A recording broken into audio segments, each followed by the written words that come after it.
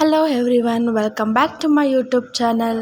So ಇವತ್ತಿಗೆ ಎಲ್ಲರಿಗೂ ಆಯುಧ ಪೂಜೆಯ ಶುಭಾಶಯಗಳು.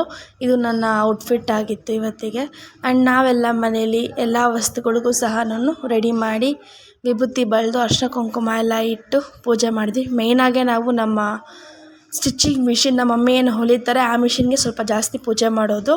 ಸೊ ಹಾಗಾಗಿ ಅಲ್ಲೇ ಬುಕ್ಸು, ನಮ್ಮ ಆಯುಧಗಳು ಏನೇನಿದೆ ಎಲ್ಲ ರೆಡಿ ಮಾಡಿ, ಅಡುಗೆ ಮನೆಯಲ್ಲೂ ಎಲ್ಲ ರೆಡಿ ಮಾಡಿ ಪೂಜೆ ಎಲ್ಲ ಮುಗಿಸಿದ್ವಿ. ನಾವು ಮನೆಯಲ್ಲಿ ಪೂಜೆ ಮುಗಿಸ್ಕೊಂಡು ನೆಕ್ಸ್ಟ್ ಹೋಗಿದ್ದೆ ದೇವಸ್ಥಾನಕ್ಕೆ.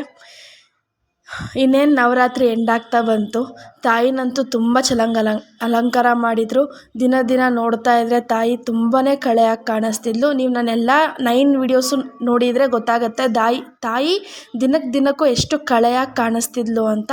ಇನ್ನೇನು ದೇವಸ್ಥಾನ ಎಲ್ಲ ಮುಗಿಸ್ಕೊಂಡು ನಾನು ಅಲ್ಲಿ ಎಲ್ಲ ನಮಸ್ಕಾರ ಮಾಡಿಕೊಂಡು ವಾಪಸ್ಸು ಮನೆ ಕಡೆಗೆ ಹೋಗ್ತಾ ಇದ್ದೆ. ಆನ್ ದ ವೇ ಹೋಗುವಾಗ ನನಗೆ ಅಲ್ಲಿ ಅನ್ಎಕ್ಸೆಪ್ಟೆಡ್ ಆಗಿ ನನ್ನ ಒಂದು ಬೆಸ್ಟ್ ಫ್ರೆಂಡ್ ಸಿಕ್ಕಿದ್ಲು, ಚಂದನ ಅಂತ. ನಾವಿಬ್ಬರು ತುಂಬಾ ಮಿಸ್ ಮಾಡ್ಕೋತಿದ್ವಿ. ಬಟ್ ಅಲ್ಲಿ ಸಿಕ್ಕಿ ಸ್ವಲ್ಪ ಹೊತ್ತೆಲ್ಲ ಮಾತಾಡಿಕೊಂಡು ನಾನು ಹೊರಟಿದ್ದೆ ನೆಕ್ಸ್ಟ್ ನಮ್ಮ ಅಜ್ಜಿ ಮನೆಗೆ. ಸೊ ಇದಾಗಿತ್ತು ನನ್ನ day. Thank you for watching.